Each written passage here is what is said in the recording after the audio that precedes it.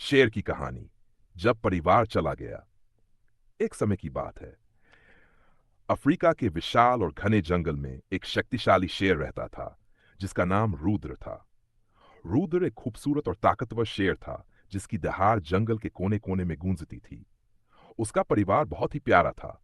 उसकी पत्नी नैला और उनके 3 शावक किरण, नवीन और माया। रूद्र और उसका परिवार जंगल में शांति से रहता था। उसका जंगल के सभी जानवरों पर एक तरह का अधिकार था और सभी उसे सम्मान की नजरों से देखते थे।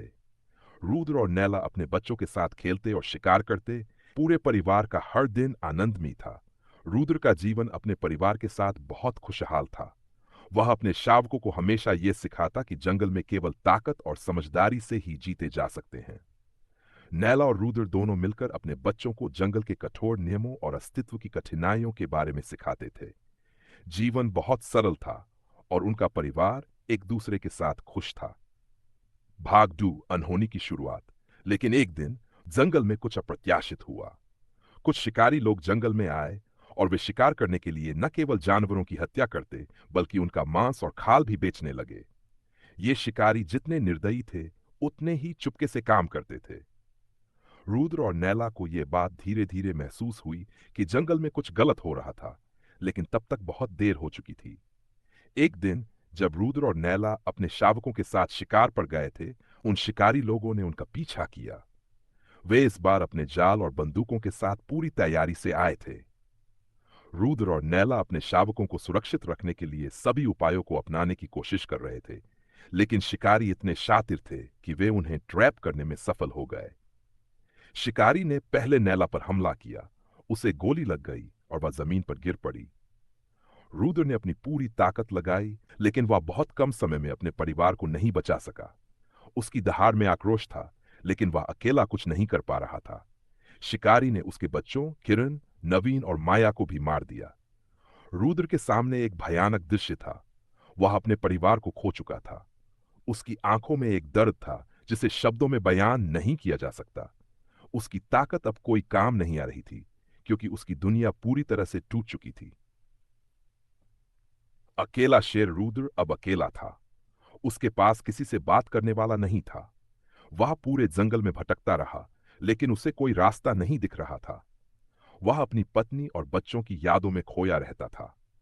उसे यह महसूस होने लगा था कि जंगल की सारी शक्ति और ताकत तब तक बेकार होती है जब आप अपने अपनों को खो देते हैं। वह जीवन के बारे में सोचने लगा कि क्या किसी के पास ताकत और प्रतिष्ठा का कोई मतलब है यदि वह अपने प्रियजनों को खो देता है। कुछ समय बाद रुद्र ने बदला लेने का फैसला किया। वह शिकारी लोगों के खिलाफ अपना कहर बरपाना चाहता था, लेकिन जब उसने शिकारियों का पीछा किया और उन्हें मार डाला, तो भी उसे संतुष्टि नहीं मिली। बदला लेते हुए भी वह खाली महसूस कर रहा था। शिकारियों को मारने के बाद रूर को यह समझ में आया कि ये एक बार खो चुका है, उसे फिर से पाया नहीं जा सकता। वह लगातार जंगल में अकेला घूमा और उसकी दहाड़ अब पहले जैसी शक्तिशाली नहीं थी। उसके दिल में न केवल अपने परिवार का दुख था, बल्कि एहसास भी था कि दुनिया की सारी ताकतें भी अपनों की कमी को नहीं भर सकती। भाग जीवन का सच्चा अर्थ। वह समय आता है जब रुद्र धीरे धीरे समझने लगता है कि जीवन में केवल ताकत और बदला नहीं, बल्कि प्यार और साथ भी महत्वपूर्ण है। वह समझता है कि किसी भी चीज का सही मूल्य तब तक नहीं होता जब तक वह खो न जाए। उसका परिवार अब नहीं था, लेकिन उसने अपने शेष जीवन को एक नई दिशा देने का निर्णय लिया। रुद्र ने जंगल में अपना समय अकेले बिताना शुरू किया, लेकिन उसकी सोच में एक बदलाव आ गया था। वह अब दूसरों की मदद करने लगा और जंगल के छोटे जानवरों को अपनी ताकत का एहसास नहीं कराता। वह अब अपनी ताकत का उपयोग केवल अपनी रक्षा और जंगल की व्यवस्था बनाए रखने के लिए करता था, न कि केवल आक्रामकता दिखाने के लिए। एन परिवार सबसे महत्वपूर्ण होता है।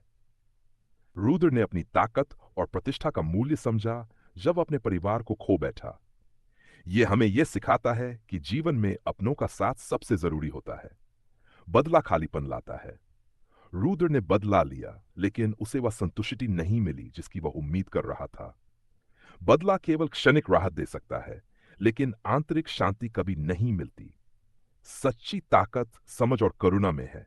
रुद्र ने सीखा कि ताकत केवल शारीरिक नहीं होती, बल्कि करुणा, समझदारी और जीवन को समझने की क्षमता में भी असली ताकत